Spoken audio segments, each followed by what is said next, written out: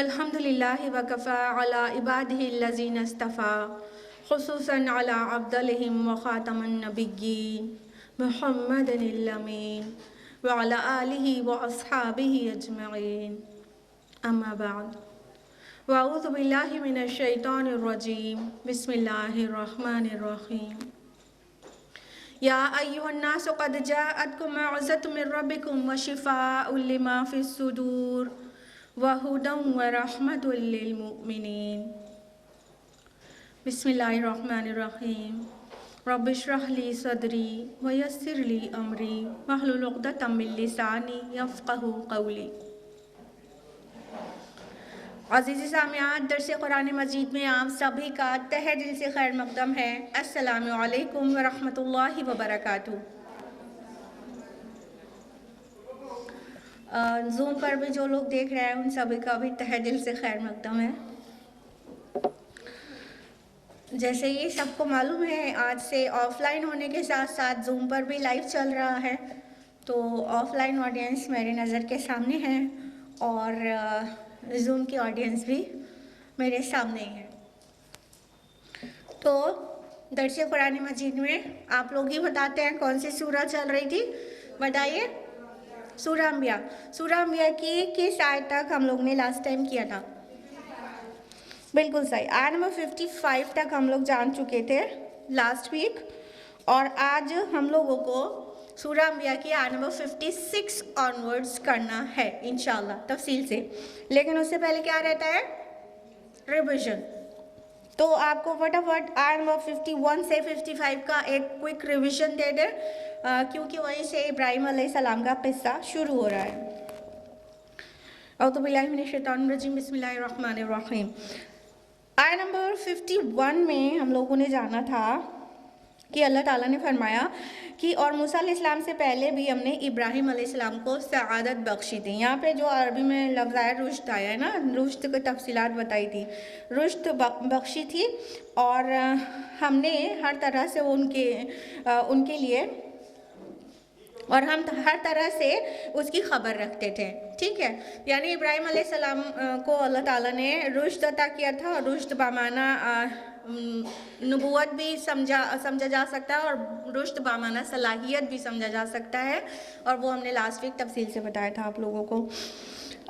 यानी कि अल्लाह ताला की खुसूसी नेमत थी इब्राहिम अलैहिस्सलाम पर, उनको बहुत अच्छी शार्प उनका माइंड था और चीज़ों की समझ उनको बहुत ही हिकमत थी और क़ुव्वत फ़ैसला था, और उनकी वो मुतवस्सिमीन में से थे, कह सकते हैं।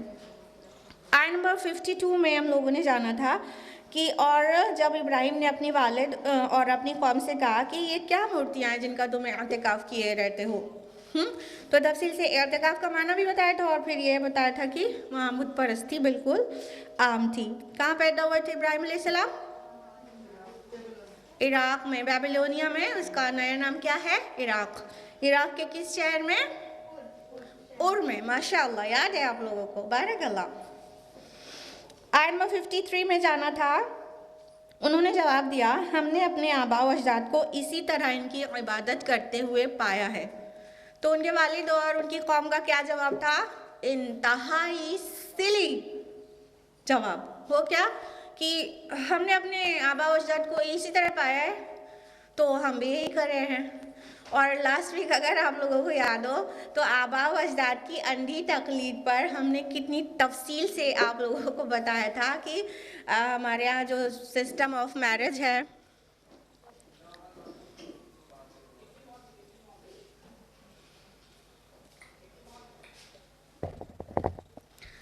तफसील से बताया था ना कि हमारे यहाँ जो सिस्टम ऑफ मैरिज है वो भी कुछ नहीं सिवाय इसके कि आबा व अजदाद की अंधी तकलीद में वैसे किए जा रहे हैं। और हमने आपसे कहा भी था कि अपने आप से प्रॉमिस करिए कि अब सुन्नत के तरीक़े निकाह को वापस लाएंगे। आयत नंबर 54 में हम लोगों ने जाना था कि इब्राहिम अलैहिस्सलाम ने कहा, फिर तो तुम भी और तुम्हारे आबा व अजदाद भी यकीनन खुली गुमराही में मुब्तला थे। आयत नंबर 55 में है कि वो कहने लगे, क्या आप वाकई हमारे पास हक लाए या महज शगल कर रहे हैं। तो उनकी कौम को तौहीद की बात इतनी अजीब मालूम हुई। तौहीद उनके दरमियान में अजनबी थी और बुत परस्ती और शिर्क उनके लिए मारूफ चीज़ थी। तो वो कहने लगे कि आर यू जोकिंग, मतलब जो यहाँ पे जो अंदाज़ है, आप क्या हमारे पास हक लाए हैं। मतलब अरबी का जो फ़िक्रा है वो क्या है, क़ालू अजीतना बिल हक़ अम अंत मिनल लाइबिन।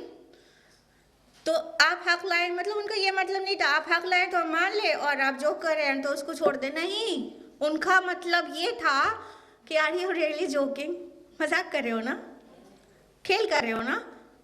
सारे माबूदों को छोड़कर एक माबूद, उनके लिए इतनी अजीब बात थी। यहीं तक हुआ था लास्ट वीक। अब हम लोग आयत नंबर 56 से तफसील से जानेंगे इंशाल्लाह। तैयार?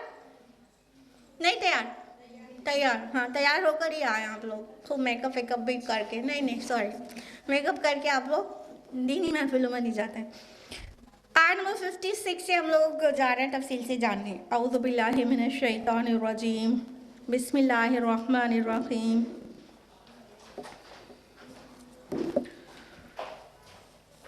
आयत नंबर 56 है, क़ाल बल रब्बुकुम रब्बुस समावाति वल अर्दिल्लज़ी फ़तरहुन्ना। इब्राहिम अलैहिस्सलाम ने जवाब दिया, नहीं बल्कि फिलवाक़े तुम्हारा रब वही है जो आसमानों और ज़मीन का रब है, जिसने उन्हें पैदा किया। व अना अला ज़ालिकुम मिनश शाहिदीन, और मैं खुद भी उस पर गवाह हूँ। क्या जवाब दिया इब्राहिम अलैहिस्सलाम ने? मैं कुछ लेकर नहीं आया हूँ, ये तुम्हारे रब की बात है और मैं खुद उस बात का शाहिद हूँ। देखिए जवाब क्या है, क़ाल बल रब्बुकुम, नहीं मैं कुछ स्पेशल बात लेकर नहीं आ गया। अबे कितने थे? लड़के ही थे, यंग से यूथ। और कह रहे नहीं मेरी बात नहीं है, मैं कुछ अपने पास से पेश नहीं कर रहा हूँ, मैं तो तुम्हारे रब की बात पेश कर रहा हूँ। और फरमाया, वो रब जो आसमानों और ज़मीन का खालिक है, पैदा करने वाला है। The one who has fashioned the heavens and the earth, वो उसका फातिर है, उसकी बात मैं पेश कर रहा हूँ, अपनी कोई बात नहीं पेश कर रहा हूँ। और वो एक है, वो अकेला है, मतलब मैं उसके बारे में आपको बता रहा हूँ और इनफैक्ट मैं खुद गवाह हूँ। इब्राहिम अलैहिस्सलाम कैसे गवाह थे रब के एक होने पर, या ज़मीन और आसमान के खालिक अल्लाह ताला को मानने पर कैसे गवाह थे? बताइए बताइए। अटक गए सब लोग। देखिए इंसान जब गौर व फिक्र करता है ना, चाहे वही नहीं आई थी अभी उनके पास, अभी तो लड़के ही जैसे थे, वही नहीं आई थी, बट येट जब हम लोग गौर व फिक्र करते हैं तो तौहीद की हकीकत खुलकर सामने आ जाती है। जब भी गौर करेंगे तो अपने एक तो फितरत में तौहीद की पहचान है, ठीक है, हमारे अंदर इनकलकेटेड है, हाँ इंस्टिल है, और साथ में पूरी कायनात में तौहीद के बहुत मतलब वो है एविडेंसेस हैं। तो जब हम चाहे अपने अंदर गौर व फिक्र करें चाहे आफाक में करें, तो दोनों ही जगह से तौहीद वाज़े होकर बाहर निकल आती है, ठीक है। तो इब्राहिम अलैहिस्सलाम अपनी गौर व फिक्र की बुनियाद पर यकीनी तौर से कहा कि मैं खुद शाहिद हूँ कि वो एक ही है और आसमान ज़मीन का वही पैदा करने वाला है, पूरे कॉन्फिडेंस के साथ। साथ में वाना अला ज़ालिकुम मिनश शाहिदीन, मैं खुद इस पर गवाह हूँ, ये इस अंदाज में भी था कि मुझे गवाही देनी है तुम्हारे सामने, मैं जानता हूँ अल्लाह एक है और तुम्हारे सामने मैं गवाह हूँ, मुझे तुम्हारे सामने गवाही देनी है कि अल्लाह वही है और इबादत एक्चुअली उसकी होनी चाहिए, ना कि किसी और की। और ये अलल टप नहीं है, ये अला वजिल बसीरत है। जैसे कि अल्लाह ताला ने अपने प्यारे नबी मोहम्मद रसूलुल्लाह सल्लल्लाहु अलैहि वसल्लम को कहा था कहने के लिए, सूरह यूसुफ सूरह नंबर 12 आयत नंबर 108 कि ए नबी कह दीजिए ये मेरा रास्ता है, हादिही सबीली, ठीक है, ये मेरा रास्ता है, मैं अल्लाह की तरफ बुला रहा हूँ पूरी बसीरत के साथ, और मैं खुद भी और जो मेरी पैरवी करें उन सब के ऊपर भी, मतलब गवाह हैं। नबी सल्लल्लाहु अलैहि वसल्लम से भी ये कहलवाया गया था कि आप कह दीजिए मैं अला वजहिल बसीरत अल्लाह की तरफ बुला रहा हूँ, अलल टप नहीं बुला रहा हूँ, बल्कि पूरी थॉटफुली चीज़ों को समझकर और यकीन के साथ सीधी रास्ते पर बुला रहा हूँ। कोई फिलोसोफर की बात नहीं है जिसमें यकीन ना हो। फिलोसोफर की बात और नबी की बात में यही डिफरेंस होता है।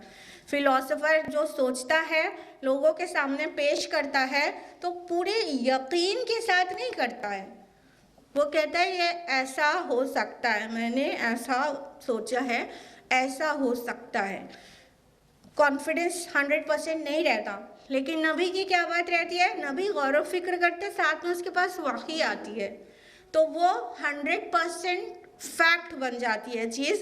तो नबी जब पेश करता है तो वो कभी भी ये नहीं करता ये मैं पेश कर रहा हूँ ऐसा हो सकता है। नबी पूरे कॉन्फिडेंस से पेश करता है कि ऐसा ही है। इतना बड़ा डिफरेंस होता है फिलोसोफर और नबी की बात में, ठीक है। तो नबी सल्लल्लाहु अलैहि वसल्लम से भी ये बात कही गई थी, और इब्राहिम अलैहिस्सलाम अभी प्रोफेटहुड उन पर जाहिर नहीं हुई थी, अभी ज़ोर नबूवत नहीं, अभी तो लड़के ही थे, 14, 15, 16, 17 साल के रहे होंगे, अभी तो लड़के ही थे। कह रहे थे मैं अला वजिल बसीरत, मैं खुद शाहिद हूँ और इस बात का कि आसमान और ज़मीन का फातिर अल्लाह ताला है, मैं उसकी तरफ बुला रहा हूँ, मैं अपनी कोई नई बात पेश नहीं कर रहा हूँ। आयत नंबर 57 वतल्लाहि लाकीदन्ना अस्नामकुम बअद अन तुवल्लू मुदबिरीन, और अल्लाह की कसम मैं तुम्हारे इन बुतों के साथ ज़रूर कोई चाल चल कर रहूँगा जबकि तुम चले जाओगे पीठ मोड़कर। इब्राहिम अलैहिस्सलाम को अंदर से काफ़ी गुस्सा आया, कहा तल्लाही, एक कसम खाने का अंदाज होता है वल्लाही और एक वर्ड है तल्लाही, क्या डिफरेंस है दोनों में। वल्लाही छोटी छोटी बात पे कहा जाता है, वल्लाही मुझे बहुत भूख लगी है, वल्लाही आज तो मैं जाते ही बस लुढ़क के सो जाऊंगी, छोटी छोटी बात पे कहा जाता है। अल्लाह की कसम मैं कल उनके घर ज़रूर जाऊंगी, छोटी छोटी बात पे कहा जाता है वल्लाही। लेकिन जब तल्लाही कहा गया हो तो इसका मतलब होता है मैटर बहुत सीरियस है। तल्लाही हमेशा सीरियस इश्यूज पर कहा जाता है। तो इब्राहिम अलैहिस्सलाम के लिए कोई मामूली बात तो थी नहीं कि पूरी कौम बुत परस्ती कर रही है और वो मुवहिद आज़म कह सकते हैं। अब उन्होंने कहा तल्लाही, अल्लाह की कसम मैं तुम्हारे इन बुतों के साथ ऐसी चाल चलूँगा जब तुम यहाँ से जाओगे। यानी उनके कल्चर में एक बहुत बड़ा फेस्ट हुआ करता था जिसके लिए वो सारे के सारे वो एक बहुत जायंट ग्राउंड में इकट्ठा हो जाते थे और वहाँ उसको सेलिब्रेट करते थे। तो फिर पूरा का पूरा सिटी, पूरा टाउन बिल्कुल एम्प्टी बचता था। यानी कुछ मौके तो ऐसे आते हैं ना सभी मज़ाहिब के कि सब के सब एक फेस्टिवल में या कुछ ख़ास है वहाँ चले गए तो पूरा शहर ही खाली हो गया, कोई है ही नहीं। तो वो फेस्ट आने वाला था तो उनको इंतज़ार था कि ये सारे के सारे यहाँ से चले जाएं जिस दिन पुरोहित भी ना रहे, पुजारी भी ना रहे, कोई भी ना रहे बुतों के पास, तो मैं ऐसी चाल चलूँगा। अब ये बात उन्होंने उनको एड्रेस करके कही थी कि अपनी ज़ेरे लब कही थी। इसमें थोड़ा सा उलमा ने अपनी अपनी राय दिया है। कुर्तुबी कहते हैं मुजाहिद और कतादा रहमहुल्लाह के हवाले से कि उन्होंने ज़ेरे लब कहा होगा, मतलब अपने आप में बड़बड़ाया होगा। जाहिर बात है ये चिल्ला के तो कह नहीं सकते तुम जाओ यहाँ से, मैं तुम्हारे अल्लाह की कसम तल्लाही मैं तुम्हारे बुतों के साथ एक बहुत बड़ी प्लानिंग कर रहा हूँ, चिल्ला के तो कहा नहीं होगा, नॉर्मल आवाज़ से भी नहीं कहा होगा। तो कुछ के नज़दीक ये सिर्फ ज़ेरे लब बुड़बुड़ाया होगा, ठीक है, और किसी ने नहीं भी सुना होगा। या कुछ के नज़दीक ये भी है कि कहा तो होगा लेकिन धीरे से और किसी ने सुन लिया होगा, क्योंकि आगे एक आयत से ऐसे लगेगा कि जैसे कोई जान रहा था पहले से भी, ठीक है। तो ज़ेरे लब उन्होंने जो भी बुड़बुड़ाया होगा कि तुम जाओ यहाँ, मैं देखता हूँ तुम्हारे बुतों को, तो किसी ने बहुत नज़दीक में कोई होगा उसने सुना होगा। तो बहरहाल बात यहाँ पर ये हो रही है कि इब्राहिम अलैहिस्सलाम ने कहा कि जब तुम चले जाओगे ना तो मैं तुम्हारे बुतों के साथ कोई प्लानिंग कर रहा हूँ, तदबीर कर रहा हूँ, वो करूँगा।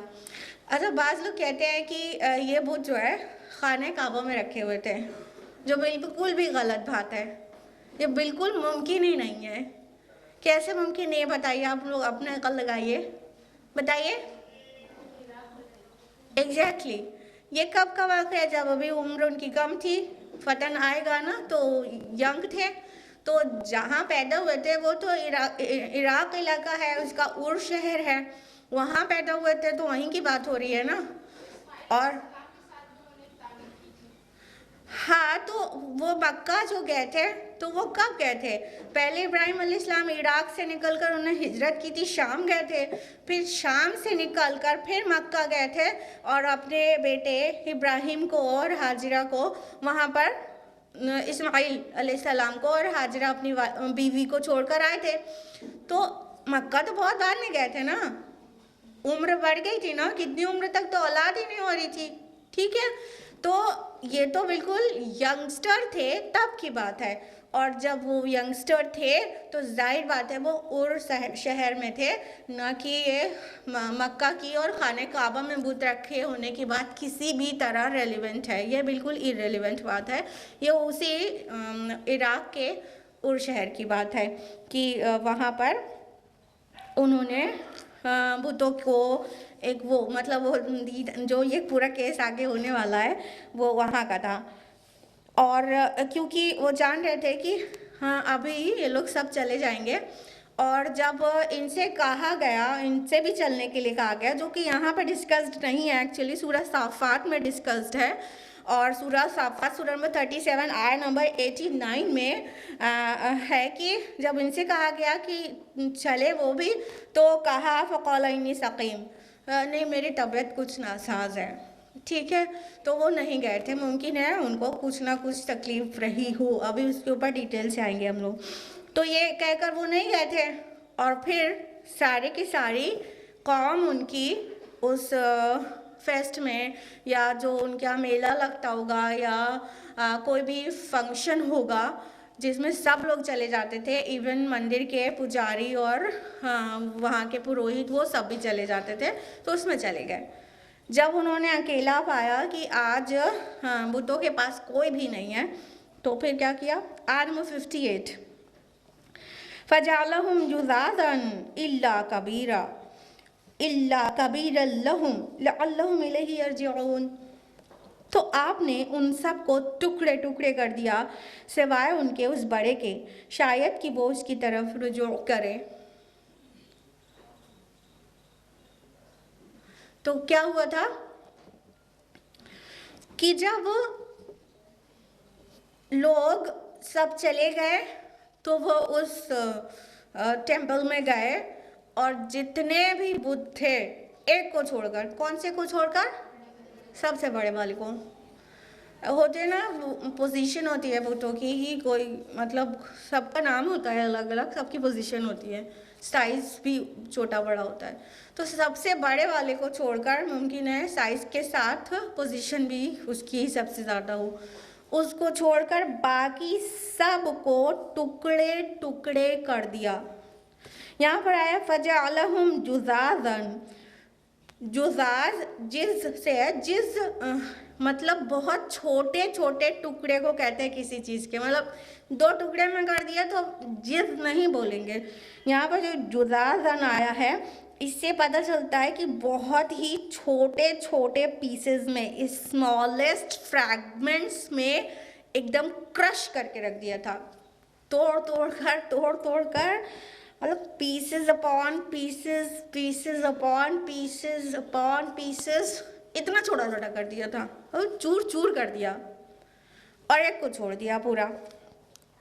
अब आपको पता है कि अगर ऐसा किसी भी अपना हिंदुस्तान, यहाँ पर भी बुत परस्ती है, तो यहाँ किसी भी मंदिर के किसी भी बुत को तोड़ दिया जाए तो क्या होगा? बनारस में या इलाहाबाद में या मथुरा में या अयोध्या में किसी मंदिर में घुसकर कोई बुतों को तोड़ दे तो कैसी कयामत बर्पा होगी, ये अंदाज़ा लगा सकते हैं आप लोग? अंदाज़ा लगा सकते हैं? फिर तो पूरे मोहल्ले जला दिए जाएंगे, सस्पेक्टेड के मोहल्ले, क्या पूरे शहर में एक बहुत बड़ा राइट हो जाएगा, कर्फ्यू लग जाएगा और ना जाने क्या क्या हो जाएगा नहीं हो जाएगा। ये तो बहुत बड़ी चीज़ थी ना जो हुई थी। अब एक नुक्ता यहाँ पर समझने का ये भी है कि क्या ये इब्राहिम अलैहिस्सलाम की सुन्नत है और ऐसा कोई भी कर सकता है या करना चाहिए? क्या जवाब देते हैं आप लोग? अगर ये बात हम आपसे पूछें, जैसे इब्राहिम अलैहिस्सलाम ने किया ऐसे ही हम लोग भी किसी मंदिर में घुस के और सारे बुतों को तोड़ दें, तो आप क्या जवाब देंगे? हाँ कि नहीं? बोलिए। तो प्रोफेट इब्राहिम ने तो किया, तो प्रोफेट इब्राहिम की सुन्नत तो बहुत सारी हम लोग फॉलो करते हैं, तो क्या ये भी सुन्नत है और ये भी फॉलो करना है? नहीं फॉलो करना है। क्यों नहीं करना है ये कोई बताएगा प्लीज?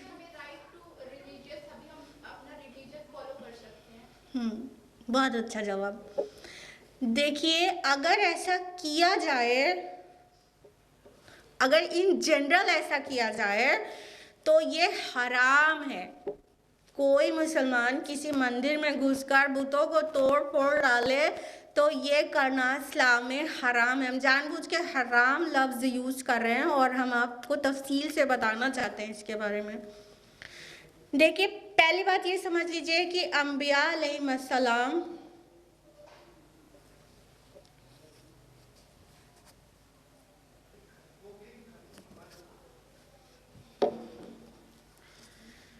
अलैहिस्सलाम को जो भी ऑर्डर्स थे, जो भी करने का, वो पूरे कौम को भी हो, उनकी मिल्लत को भी हो, ऐसा बिल्कुल नहीं है। कई ऐसे ऑर्डर्स नबियों को दिए जाते हैं जो कौम को नहीं दिए जाते उनकी, ठीक है। मिसाल के तौर पर रसूलुल्लाह सल्लल्लाहु अलैहि वसल्लम तहज्जुद फ़र्ज़ के दर्जे में पढ़ते थे, ठीक है। क्या हम सब के लिए भी तहज्जुद फ़र्ज़ है? नहीं है। सिर्फ रसूलुल्लाह सल्लल्लाहु अलैहि वसल्लम के लिए फ़र्ज़ के दर्जे में थी तहज्जुद और हमारे और आपके लिए नहीं है, ठीक है। नबी सल्लल्लाहु अलैहि वसल्लम सौमे विसाल रखते थे। सौमे विसाल जानते हैं आप लोग? बिल्कुल, बिना इफ्तार के अगला रोज़ा कंटिन्यू कर देना, यानी एक दिन रोज़ा रखा, शाम को हम लोग इफ्तार करते हैं ना, नबी सल्लल्लाहु अलैहि वसल्लम इफ्तार किए बगैर वहीं से दूसरा रोज़ा कंटिन्यू कर देते थे। लेकिन मिल्लत के लिए उन्होंने मना किया है, अपनी उम्मत को मना किया है सौमे विसाल से। तो क्या पता चला, कुछ एक काम नबी के लिए ख़ास होते हैं और वो मिल्लत के लिए एप्लीकेबल नहीं होते, ठीक है। दूसरी बात, ये बात जो इब्राहिम अलैहिस्सलाम ने की थी वो इब्राहिम अलैहिस्सलाम के ख़वास में से था और उन्हीं के लिए था, ठीक है। और इवन इब्राहिम अलैहिस्सलाम ने अपनी कौम को बाद में भी कभी भी ये नहीं कहा कि जब जहाँ कोई बुत देखो उसको तोड़ फोड़ दो। कभी देख सुना आपने? हाँ, इब्राहिम अलैहिस्सलाम के जब फॉलोवर्स बन भी गए बाद में, तो उन्होंने उनका कोई ये ऑर्डर या सुन्नत के तौर पर, जो कहते हैं सुन्नत और सुन्नत हम आपको कह क्यों रहे हैं, एक्चुअली एक मलेशियन बॉय ने खुतबा दिया मस्जिद में और कहा कि इब्राहिम अलैहिस्सलाम की सुन्नत को ज़िंदा करो और हम लोग चल के यहाँ पे जितने भी हिंदूज़ के मंदिर हैं उसमें तोड़ फोड़ मचा दें। इतनी बड़े वहाँ पे मुसीबत पैदा हो गई इस खुतबे की वजह से कि उसकी तफसीलात में भी नहीं जा सकते। ठीक है, इसलिए सुन्नत वर्ड हम यूज़ कर रहे हैं। ये इब्राहिम अलैहिस्सलाम की सुन्नत नहीं थी, ये एक स्पेसिफिक बात थी जो अल्लाह ने उनके जहन में डाली थी। चूँकि नबियों के दिल और जहन में इवन प्रॉफिटहुड से पहले भी कोई बात आए तो उसकी वैल्यू होती है, उन्होंने किया। ये बहुत स्पेसिफिक था उनके लिए, उस टाइम के लिए और सिर्फ उन्हीं के लिए। ठीक है, ये एक जनरल बात हो गई कि इब्राहिम अलैहिस्सलाम की उम्मत को भी ये अलाउड नहीं था कि वो कहीं पे भी बुतों को देखे तोड़ फोड़ डाले। नहीं, वो एक चीज़ करने की थी, नबी ने की थी। दूसरी बात ये कि लेकिन अगर ऐसा कर देते हैं लोग, अगर गलती से ऐसा कर देते हैं कि कहीं किसी के रिलीजियस प्लेस को नुकसान पहुंचा देते हैं तो अल्टीमेटली क्या होता है? राइट्स होते हैं। इब्राहिम अलैहिस्सलाम को बुरा भला कहा जाता है माज़अल्लाह, और रसूलुल्लाह सल्लल्लाहु अलैहि वसल्लम की शान में गुस्ताखियाँ होती हैं, इस्लाम का नाम बदनाम किया जाता है। ये सब होता है कि नहीं होता? कितना डिस्ट्रक्शन होता है, जबकि गलत काम किया गया होता है, लेकिन लोग समझते हैं इस्लाम यही सिखाता है। इस्लाम हरगिज़ ये नहीं सिखाता कि दूसरों के रिलीजियस प्लेस को नुकसान पहुँचाया जाए। इनफैक्ट इस्लाम क्या सिखाता है वो जान लीजिए। मकासिद शरीयत में जो चीज़ें, सबसे बड़ा मकसद है शरीयत का, वो एक रवायती फहरिस्त है बड़े बड़े स्कॉलर्स की, वो 5 चीज़ें हैं, 5। ठीक है, सबसे पहले दीन, जान, अक्ल, नस्ल, माल। सबसे पहली हिफाजत शरीयत को जिस चीज़ की मंजूर है, मकसूद है, वो है दीन, बकाए दीन, प्रोटेक्शन ऑफ रिलीजन। और ये प्रोटेक्शन ऑफ रिलीजन सिर्फ इस्लाम नहीं है, मुसलमानों का नहीं है, बल्कि इस्लामिक स्टेट में जितने भी लोग रहेंगे दूसरे मज़ाहिब के, उनके रिलीजन का प्रोटेक्शन भी इस्लाम ही करेगा। मुसलमान रूलर की ये जिम्मेदारी है कि वो सिनेगॉग, चर्चेस और टेम्पल्स की भी हिफाजत करें। ये है इस्लाम, ये है इस्लाम। इस्लाम ये सिखाता है कि अगर ज़िम्मी कोई रह रहा है इस्लामिक स्टेट में, तो जिस रिलीजियस प्लेस पर वर्शिप करने के लिए जाता है उसको नुकसान ना पहुंचाया जाए। और ये जो 5 चीज़ें हैं जो शरीयत के पेश नज़र हैं, जिसकी हिफाजत पेश नज़र है शरीयत के, उसमें सबसे पहले दीन है, प्रोटेक्शन ऑफ रिलीजन। ठीक है, दीन, जान यानी ज़िंदगी, ठीक है, अक्ल, नस्ल और माल, ये 5 चीज़ों, सबसे टॉप पर ये 5 चीज़ों की बका इस्लाम को मकसूद है। शरीयत ने सारे अहकाम उसके अकॉर्डिंगली दिए हैं। ये है इस्लाम। और अल्लाह के नबी सल्लल्लाहु अलैहि वसल्लम ने अपने अल्फाज से भी कह के भी बताया है कि चर्चेज और सिनेगॉग को नुकसान नहीं पहुंचाना। यानी ईसाई हो, यहूदी हो, जिनकी भी जो रिलीजियस प्लेसेस हैं उनको नुकसान नहीं पहुंचाना है। ये है इस्लाम, मना है। अब ये जो आयात हम लोग वो कर रहे हैं, स्टडी कर रहे हैं, वो क्या है? वो इब्राहिम अलैहिस्सलाम की खवास में से था, वो सबके लिए एप्लीकेबल नहीं था। तो ना हम और आपको ये हक बनता है कि हम दूसरे मज़ाहिब के लोगों की मजहबी जगह को कोई भी तरह का नुकसान पहुँचाएँ। That's why I have used the word हराम। अगर किसी मंदिर में जाके तोड़ फोड़ मचा दिया जाए तो ये हराम है, इस्लाम में मना है। अल्लाह के रसूल ने इससे बिल्कुल मना किया है। ठीक है, तो अगर इस्लामिक स्टेट में कोई जिम्मे रहेगा, उसके जान की, उसके अक्ल की, उसके नस्ल की, उसकी माल की और उसके मज़हब की, सबकी हिफाजत इस्लामिक स्टेट के ज़िम्मे होगी, तभी तो वो ज़िम्मी कहलाता है। उसकी ज़िम्मेदारी लेता है इस्लामिक स्टेट, इस्लामी रियासत। लोग इस्लाम के ख़िलाफ़ कैसी कैसी बात फैलाते हैं और हम खुद ही इस्लाम को नहीं समझ पाने की वजह से कुछ ऐसी हरकतें कर देते हैं कि पूरी चीज़ें मिस इंटरप्रेट हो जाती हैं ना। तो हमें भी तो जानना चाहिए कि इस्लाम क्या कहता है।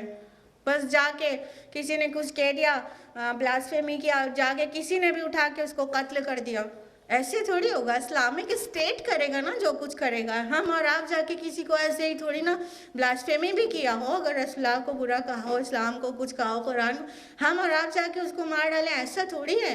इससे कितना डिस्ट्रक्शन होता है वो आप लोग देखते ही होंगे। फिर जो इस्लाम की बदनामी होती है एक इंसान की वजह से, वो फिर देखा नहीं जाता ना, फिर रोने का दिल करने लगता है कि ये क्या हो गया। तो बहरहाल हम ये ज़रूर बताना चाह रहे थे कि इब्राहिम अलैहिस्सलाम के एक ख़वास में से था, उनको ऑर्डर था अल्लाह की तरफ से, दिल में बात डाली गई होगी, अभी वही आना बाकायदा तो शुरू नहीं हुई थी। तो उन्होंने क्या किया, उसको टुकड़े टुकड़े कर दिया, सिवाय बड़े के लअल्लहुम इलैहि यरजिऊन, जो कहा गया ताकि लोग उसकी तरफ रुजू करें। यहाँ पे इलैहि में ये हु की जो ज़मीर है ये दो तरह से समझी जा सकती है।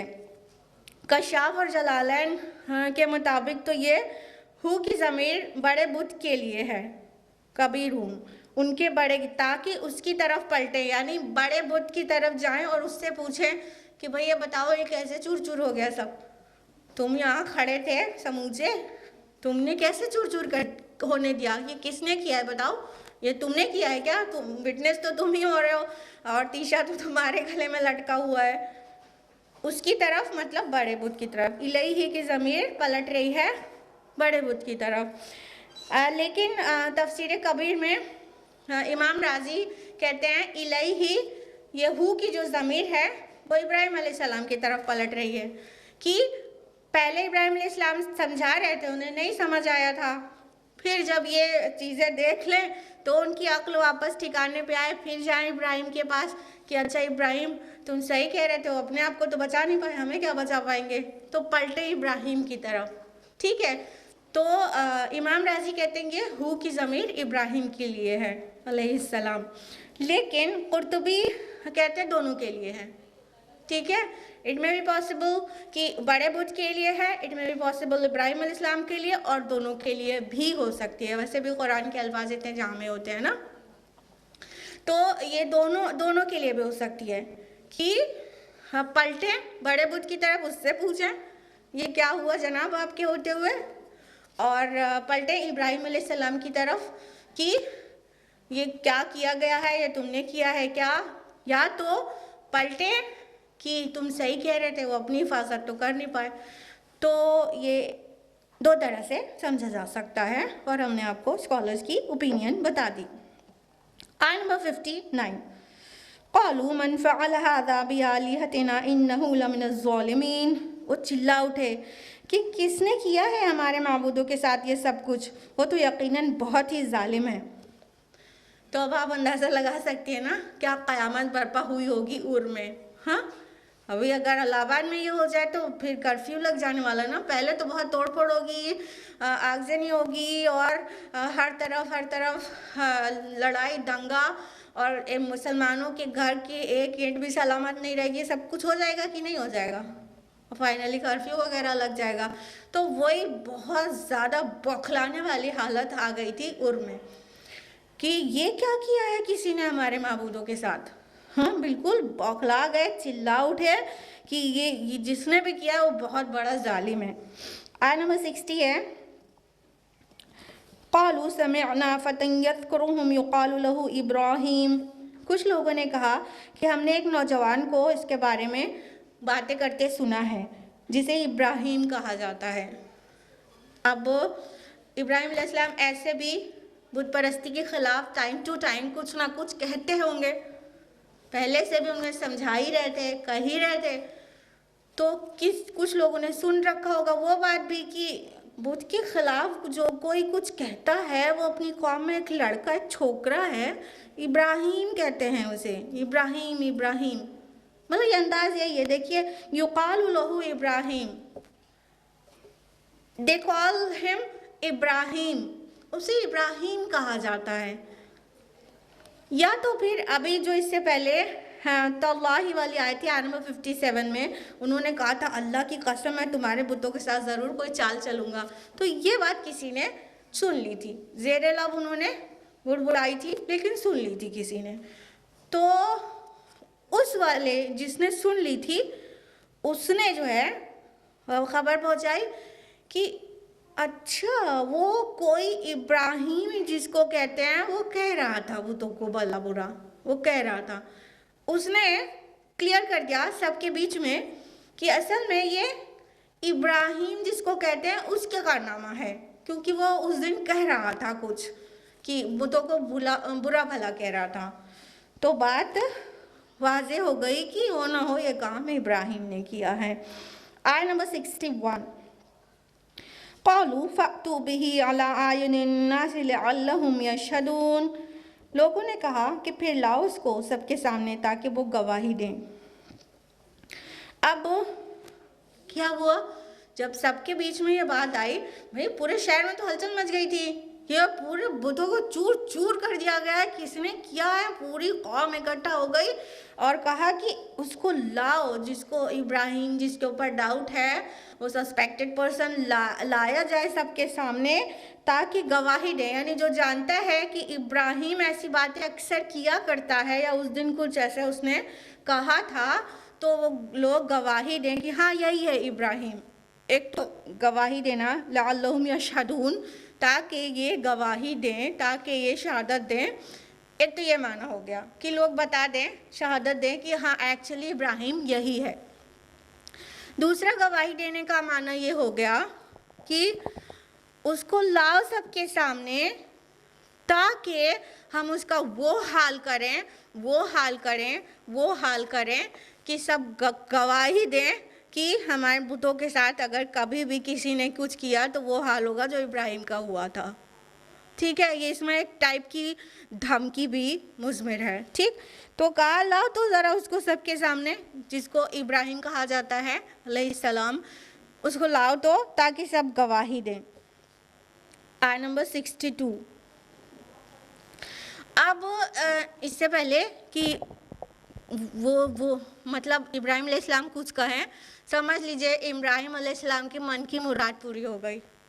एक दाई हमेशा इसी इंतज़ार में रहता है कि किस तरह उसे बुलाया जाए और उससे फर्दर क्वेश्चंस किए जाएं।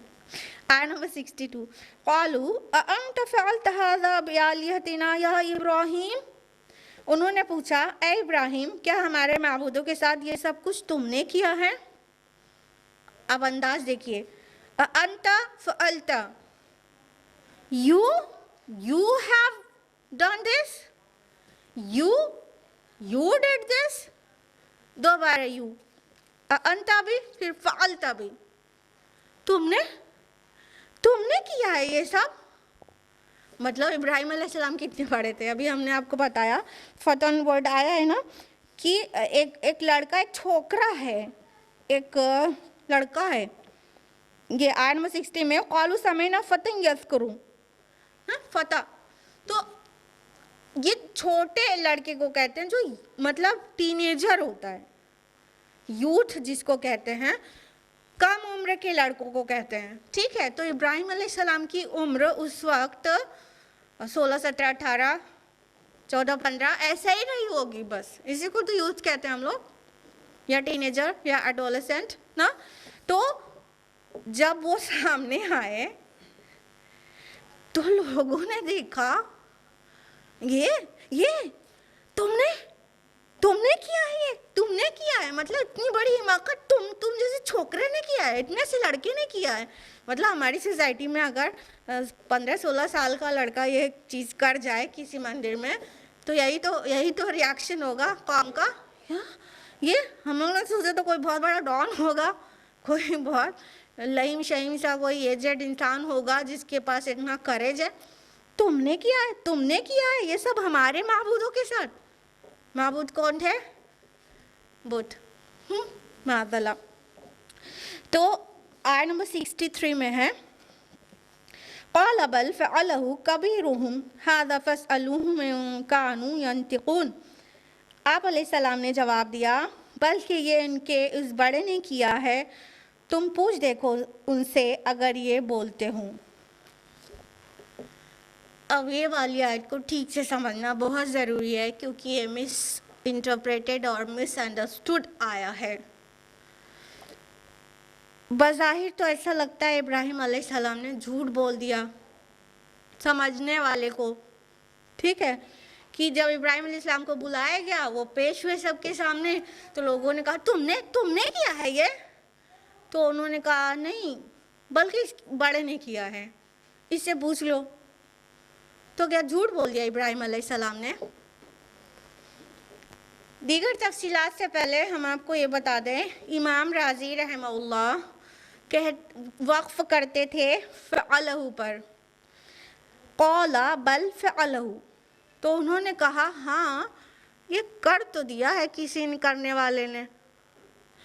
उसके बाद वक्फ करने के बाद आगे का फिक्रा उसके बाद के साथ मिलाते थे, कबीरुहुम हादा फस्अलूहुम इन कानू यंतिकून, कि इनका बड़ा जो है ना, इससे पूछ लो अगर ये बोलते हो। तो देखिए अब यहाँ झूठ का कोई सवाल ही पैदा नहीं हो रहा।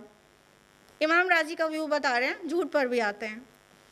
इमाम राजी क्या कह रहे हैं, यहाँ पे वक्फ करते थे क़ाल बल फ़अलहु पे, हाँ किया तो है, किसी करने वाले ने कोई कर गुजरा तो है, ये जो कुछ हुआ ये हो तो गया है, किसी ने किया तो है। फिर इसके बड़े से इससे पूछ लो ना कि ये इनको ये सब किसने किया है, अगर ये बोलते हो। क्लियर है? अभी झूठ का कुछ पता चल रहा है। अगर वक्फ यहाँ पे करेंगे फ़अलहु पे, तो झूठ जैसी कोई बात पैदा ही नहीं होगी। रही बात जब फ़अलहु कबीरुहुम को मिला देंगे कि बल्कि किया है इनके बड़े ने, तब लगेगा ये झूठ बोल दिया। ये झूठ नहीं है। देखिए हमने ऐसे मोबाइल लिया हुआ है अपने हाथ में, ठीक है, और हमने आपसे कहा कि आज दुनिया हमारी मुट्ठी में है, तो आप घर जाके क्या बोलेंगे? अस्मा शम्स ने झूठ बोल दिया, उनके हाथ में मोबाइल था और उन्होंने कहा दुनिया हमारी मुट्ठी में है, जबकि दुनिया वो इतनी बड़ी तो नहीं है कि दुनिया पूरी उनकी मुट्ठी में आ जाए, और अस्मा शम्स ने झूठ बोला। ऐसा बोलेंगे क्या आप लोग? बोलेंगे क्या? हम मोबाइल लिए हुए हैं और हम कह रहे हैं आज दुनिया हमारी मुट्ठी में है, तो आप घर जाके ये बोलने वाले हैं क्या कि इतनी बड़ी दुनिया उनकी मुट्ठी में आ नहीं सकती है, और एक्चुअली उनके हाथ में मोबाइल था मुट्ठी में, और कह दिया दुनिया हमारी मुट्ठी में, वो झूठी है, उन्होंने झूठ बोला? बोलेंगे? नहीं बोलेंगे। क्यों नहीं बोलेंगे? क्योंकि आप बात को समझ रहे हैं। हमने क्या कहा हम भी जान रहे हैं कि आप ये नहीं समझेंगे कि पूरा ग्लोब जो है, पूरी अर्थ हम अपनी मुट्ठी में ले सकते हैं या लिया हुआ है, और आप भी समझ रही हैं कि इस बात को कहने का मतलब क्या है, उसमें कोई झूठ की गुंजाइश पैदा ही नहीं होगी। आप गलती से भी नहीं सोचेंगी कि अस्मा शम्स के कहने का मतलब है कि पूरा अर्थ जो है उन्होंने मुट्ठी में लिया हुआ है, आप उसका मफहूम पे जाएंगी। तो ना ये हमने आपको गुमराह करने के लिए ऐसा बोला था, और ना आप गुमराह हुए, तो ये झूठ नहीं हुआ ना, कि हुआ? नहीं हुआ। इब्राहिम अलैहिस्सलाम, सारी दुनिया जानती है बुत कुछ कर नहीं सकते हैं। इब्राहिम अलैहिस्सलाम ने कहा कि यही तो है खड़ा हुआ, हाँ इसने किया है क्या? पूछो इससे, इसने किया है क्या? वो जानते थे ना इसने नहीं किया हो सकता, किसी कीमत पे इसने नहीं किया हो सकता, तो वो ना गुमराह होने जा रहे थे, ना ही उसके बाद में आने जा रहे थे कि इब्राहिम कह रहा है इसने किया, तो पता नहीं इसने ना किया हो या किया हो। अगर किया होगा इस बड़े बुत ने, तो ये इब्राहिम सच्चा है, और अगर नहीं किया होगा तो इब्राहिम झूठा है। ऐसे सोचने की बनी थी क्या उनके सामने? बात नहीं समझे हम क्या कहना चाह रहे हैं कि समझ गए? समझ गए ना? ऐसे कहने की तो कोई गुंजाइश ही नहीं, समझने की कोई गुंजाइश ही नहीं थी ना कि उस बड़े ने किया है। They knew it very very well ना कि वो नहीं कर सकता है। तो जब उन्होंने अगर कह भी दिया ये बड़े ने किया है, पूछो इससे, तो समझ गए थे ना कि वो तो नहीं कर सकता। कहने का मतलब है इब्राहिम का गौर करो, उनको मैसेज भी मिल गया ना, गौर करो। ये जब अपने को नहीं बचा पाए, ये जो चूरा चूरा हो गए, छोटे छोटे पीसेस में क्रश कर दिए गए, पूरा मैशअप हो गए, वो जब अपने को नहीं बचा पाए तो तुमको क्या बचाएंगे? तुम्हारी क्या हिफाजत करेंगे? ठीक है, तो ये बात बहुत वाज़ेह थी, इसलिए इसको झूठ नहीं बोल सकते। अफसोस सद अफसोस की एक हदीस है जो बुखारी मुस्लिम की मुत्तफ़क़ुन अलैह रिवायत है, चूँकि उसकी सनद सही है इसलिए लोग मानते हैं कि हाँ इब्राहीम अलैहिस्सलाम ने झूठ बोला है। और इब्राहीम अलैहिस्सलाम के नाम माज़अल्लाह 3 झूठ लिखा हुआ है। एक झूठ तो ये हो गया, ठीक है, आप लोगों ने सुन रखा होगा ना इब्राहीम अलैहिस्सलाम ने 3 झूठ बोले हैं ज़िंदगी में। सुना है? नहीं सुना? बुखारी मुस्लिम की हदीस है, ठीक है। एक झूठ तो ये है, कहा जाता है जिसको। दूसरा झूठ फ़इन्नी सकीम जो कह दिया था उन्होंने सूरह साफ़ात की आयत नंबर 89 में है कि जब उनसे कहा गया चलो तुम क्यों नहीं चल रहे हो हमारे साथ, तो बोले कि मेरी तबीयत कुछ नासाज है। दूसरा झूठ कहा जाता है वो उन्होंने बोला। ये दूसरा झूठ बिल्कुल ये भी सेंसलेस है, इसलिए क्योंकि कौन साबित कर सकता है इस बात को कि उनको ज़रा सा सर में भी दर्द नहीं था, उनको ज़रा सा कमर में भी दर्द नहीं था, उनको ज़रा सी भी तबीयत नासाज नहीं थी? कोई क्लेम कर सकता है? हो सकता है उनके सर में दर्द रहा हो सकता है थोड़ी बहुत तबीयत उनकी नासाज हो, और फिर अगर कह दिया जाए कि मेरी तबीयत थोड़ी नासाज है तो झूठ हो जाएगा क्या? चाहे कि हमको दिल की बीमारी नहीं हो गई है, अगर ज़ुकाम भी हो गया है तो हम कह दें अगर कि मेरी तबीयत नासाज है तो झूठ तो नहीं हुआ ना? तो ये भी सिली बात है कि ये झूठ था, ठीक, कि उन्होंने कहा फ़इन्नी सकीम, बेशक मेरी तबीयत थोड़ी नासाज है। तो हो सकता है उन्हें कोई माइनर हेल्थ इशू रहा हो और उन्होंने उसी को कह दिया मेरी तबीयत सही नहीं है। तीसरा झूठ उनके नाम चस्पा किया जाता है जो वो है जो कि इसराइली रिवायात से लिया जाता है। बुक ऑफ जेनेसिस के चैप्टर नंबर 12 और चैप्टर नंबर 20 में बहुत डिटेल में आया है इब्राहीम अलैहिस्सलाम का झूठ माज़अल्लाह। और वो क्या है कि जब इब्राहीम अलैहिस्सलाम मिस्र गए थे अपनी बीवी सारा को लेकर, तो उस वक्त सारा की उम्र अराउंड 65 थी और इब्राहीम अलैहिस्सलाम की उम्र अराउंड 95 थी, ठीक है। तो वो लेकर जब गए थे सारा उस उम्र में भी अकॉर्डिंग टू बाइबल जो कुछ बता रहे हैं बाइबल के अकॉर्डिंग जेनेसिस के अकॉर्डिंग बता रहे हैं, ठीक है। उनकी उम्र वो उस उम्र में भी बहुत खूबसूरत थी। तो इब्राहीम अलैहिस्सलाम को माज़अल्लाह डर लगा कि जो बादशाह है मिस्र का वो मतलब उनको देखकर उनकी खूबसूरती पर फरिफ्ता होकर अगर मुझे सजाना हस्बैंड है तो फिर मुझे कत्ल ना कर दें, ठीक है। तो उन्होंने अपनी बीवी से भी कहा कि तुमसे पूछेंगे जब बादशाह के लोग तो तुम्हारी कौन है, तो तुम कह देना मेरे भाई हैं और मैं कह दूंगा तुम्हारी मेरी बहन है, ताकि बहन भाई का रिश्ता बताने से एटलीस्ट मेरी जान तो बच जाए। According to the Bible silly argument. Ibrahim अलैहिस्सलाम ने ऐसा भी कोई झूठ नहीं बोला था। इसराइली रिवायात का क्या बिलीव करना है, वहाँ पर तो ये भी लिखा हुआ है कि जो सामरी ने जो लोगों को बछड़े की पूजा करने के लिए बहकाया था, तो वो उसको किसने कहा था? आप लोग को डिटेल में बताया था, वहाँ पर बाइबल में है कि हारून ने कहा था। तो वहाँ पर तो नबियों के नाम शिर्क का ऑर्डर भी है, वहाँ पर तो नबियों के ख़िलाफ़ ऐसी गंदी बातें हैं कि हमें जी भी नहीं चाहता कि मेंशन करें कि दाऊद अलैहिस्सलाम और सुलेमान अलैहिस्सलाम के नाम बदकारी तक के इल्ज़ाम लगा के रखा। उठाइए बाइबल देखिए आप लोग, ठीक है। हमें दिल नहीं करता है मेंशन करने का, सच बता रहे हैं, इसलिए हम कभी मेंशन नहीं करते हैं, लेकिन आई हैव रेड इट। तो इसराइली रिवायात की कोई वैल्यू करना चाहिए हम लोगों को, हाँ, उस पर रिलाई करना चाहिए।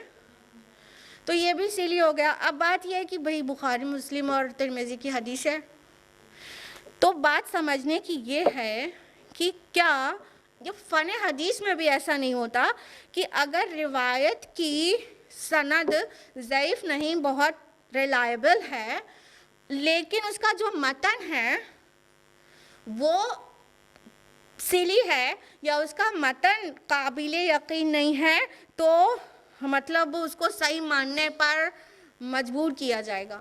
नहीं, कभी मतन अपने आप से खुद बता देगा ये बात नबी की बात हो ही नहीं सकती है। चाहे कि रिवायत और सनद कितनी भी स्ट्रांग हो, मतन भी अगर सही नहीं है तो वो कहा जाएगा कि ये बात सही नहीं हो सकती। ठीक है, तो इसका जो नुकसान आया है वो क्या आया है, एक इस एक्सट्रीम पर चले गए कि बुखारी मुस्लिम की मुत्तफ़क़ुन अलैह रिवायत है, तो रसूल पर इतना भद्दा इल्ज़ाम मानने को तैयार हैं लोग कि इब्राहीम अलैहिस्सलाम ने झूठ बोला था, और किसके ऊपर, उन रावियों की शहादत पर कि जो रावी हैं वो सब कोई भी ज़ईफ़ रावी नहीं है, इसलिए वो मानना पड़ेगा कि इब्राहीम अलैहिस्सलाम ने झूठ बोला था। तो एक तो इस एक्सट्रीम पर जा रहे हैं कि रसूल के ऊपर उनको भरोसा नहीं है, उनको हदीस की जो रिवायत है उसकी जो चेन है उस पर ज़्यादा ही भरोसा है। हाँ, और दूसरे एकदम ऑपोजिट एक्सट्रीम पर चले गए। अब वो क्या कर रहे हैं, हदीस को तो मानो ही मत, इसमें ऐसी और वैसी हदीस है तो सारे के सारे हदीस को उठा के फेंक दो, हदीस को मानो ही मत। और अहले कुरान जैसे लोग आ गए कि हदीस मानने की ज़रूरत नहीं है, सिर्फ कुरान मानना चाहिए। इधर एक एक्सट्रीम पे, एक इस एक्सट्रीम पे, दोनों एक्सट्रीम पर जाने की ज़रूरत नहीं है। अक्ल ये कहती है कि रसूल पर पहले यकीन करना होगा और रावियों पर बाद में, और अगर किसी सही रिवायत से भी कोई बात आती है लेकिन मतन उसका सही नहीं है तो बहुत सारे रीजंस हो सकते हैं उसके और भी अदर देन नरेशन वीक होने के। ठीक है, कुछ मतन अपने आप खुद बता देंगे कि ये बात नबी के मुंह से निकली हुई बात हो ही नहीं सकती, चाहे कितना भी उसकी रिवायत सही हो। तो बीच में रहने की ज़रूरत है, दोनों एक्सट्रीम पे जाने की ज़रूरत नहीं है। कुछ हदीसें अगर रिवायत की वजह से ज़ईफ़ हैं उनको भी अवॉइड करें, कुछ हदीसें मतन की वजह से काबिल एतमाद नहीं है उसको भी साइड लगाएं, बाकी हदीसों को बिल्कुल माने, सही हदीसों पर माने भी, अमल भी करें। तो ये करने की ज़रूरत नहीं है, ऑपोजिट एक्सट्रीम्स पर जाने की ज़रूरत नहीं है। तो हमने आपको बता दिया ये जो 3 नाम मेंशन्ड हैं, 3 झूठ जो मेंशन्ड हैं, ये तीनों फेक बात है और इब्राहीम अलैहिस्सलाम ने झूठ नहीं बोला था। ज़्यादा से ज़्यादा ये कहा जा सकता है कि ये तोरिया था। तोरिया क्या होता है कि मुखातब को किसी मुगालते में मुब्तला कर देना, कहने वाले ने जो अपनी बात कही वो कुछ और थी, समझने वाला कुछ और समझा, तो वो उसके दिमाग का फेर है, कहने वाले ने तो किसी और नियत से कहा था, वो उसको नहीं समझ आया। तो ऐसा तोरिया करना इस्लाम में जायज़ है। जैसे कोई मासूम इंसान भाग रहा है, मासूम, और उसको कोई डाकू चेज़ कर रहा है, दौड़ाया हुआ है, वो इंसान बेगुनाह है, वो भाग रहा है और इधर से डाकू उसको दौड़ाया हुआ है, उसको जान लेना चाहता है या कुछ भी, तो आप जहाँ पर खड़े हैं वहाँ पर 2-3 मोड़ है, आपने देखा कि भागने वाला इधर दाहिने भागा है, और पीछे से जब डाकू आया तो उसने समझ नहीं पाया इधर भागा है कि इधर भागा, तो उसने पूछा कि तुमने किसी को इधर किधर जाते देखा, इधर कि इधर, तो आप अपनी जगह बदल दें, 2 कदम हट के दूसरी जगह खड़े हो जाएं और फिर कह दें कि जब से मैं यहाँ खड़ी हूँ तब से तो किसी को नहीं देखा। तो आप तो वहाँ से हट चुके थे ना, और जब आप वहाँ से हट गए थे तब से तो नहीं देखा था ना। तो आपके जब से मैं यहाँ खड़ी हूँ तब से मैंने तो यहाँ से किसी को जाते हुए नहीं देखा। ये हो गया तोड़िया। ठीक है, तो तोड़िया जायज़ है, लेकिन सामने वाले को गुमराह करना, झूठ बोलना जायज़ नहीं है। और ये तीनों ही बातें बिल्कुल अपने आप में वाज़ेह हैं कि इब्राहीम अलैहिस्सलाम ने झूठ नहीं बोला था। किसी को भी डाउट है क्या कि झूठ बोला था? हाँ, रसूल के नाम, वो रसूल जिसको जो है अल्लाह ताला अपना खलील कहता है, वो झूठ बोलेंगे? हाँ, आखिरी नबी मोहम्मद रसूलुल्लाह सल्लल्लाहु अलैहि वसल्लम वो सादिक और अमीन है, तो अल्लाह का दोस्त वो झूठ बोल सकता है? कितनी आसानी से लोग कह देते हैं झूठ बोला था। बिल्कुल झूठ नहीं बोला था। ये इसराइली रिवायात है, और इसराइली रिवायात में नबियों पर बहुत बड़े बड़े बहतान हैं, तो झूठ की क्या बात है खाली। ठीक है। तो आज के बाद लाइफ में कभी बिलीव मत करिएगा कि आपके रसूल इब्राहिम अलैहिस्सलाम ने, जिनकी बहुत सारी सुन्नतें हम फॉलो करते हैं और वो हमारे फोर फादर हैं, उन्हीं के नस्ल से हैं, हम बनु इस्माइल से हमारे रसूल, फिर हम लोग उनके उम्मती हैं। इब्राहिम अलैहिस्सलाम ने झूठ नहीं बोला था। रट लिया आप लोग ने, अल्हम्दुलिल्लाह। आर्ग्यूमेंट्स भी याद रखिएगा, खाली रट नहीं लेना होता ना।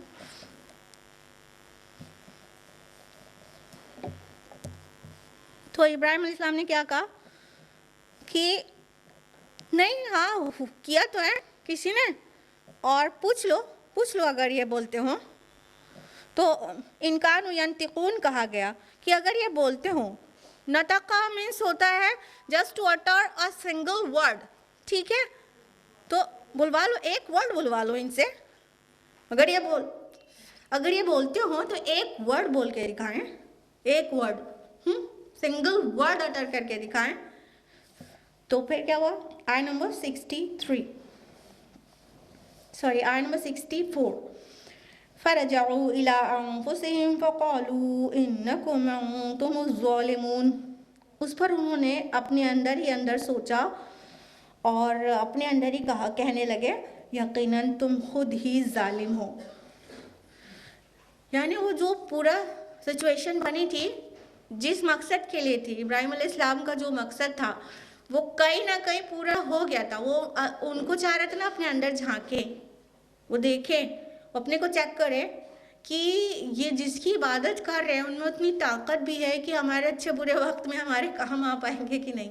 हाँ, गौर करो, जब अपने को नहीं बचा सके, कोई कुचलने आ गया तो कुचल भी गए बेचारे। हाँ, और उनका बड़ा भी एक खड़ा है, वो उनको ना बचा सका और ना ही मतलब अपनी गवाही दे रहा है, मैंने नहीं किया है। सोचो, यही उनका मकसद था, यही उन्होंने कहा था। पूछो उससे, बोलता हो तो एक वर्ड भी बोल सके तो मैसेज पहुंच गया था। दिल ने ये गवाही दी अंदर से कि बात तो सही है, ये अपनी हिफाजत नहीं कर सके तो हमारी क्या करेंगे। इब्राहिम बात तो सही कह रहा है। वो सोचने पे मजबूर हो गए और उन्होंने अपने ही अंदर कहा कि एक्चुअली तुम ही जालिम हो, तुम ही गलत कर रहे हो, जिस ऐसे को पूछ रहे हो जो अपनी हिफाजत नहीं कर सकता तो हमारी हिफाजत क्या करेगा। हम अपने ऊपर खुद ही जुल्म कर रहे हैं। जुबान पे नहीं आया था, अभी दिल के अंदर ही अंदर ये बातें चलने लगी थी, मगर क्या हुआ कि टाइम खत्म हो गया। फिर क्या होता है ये जानने के लिए आप लोग अगले हफ्ते दर्स कुरान ज्वाइन करिए।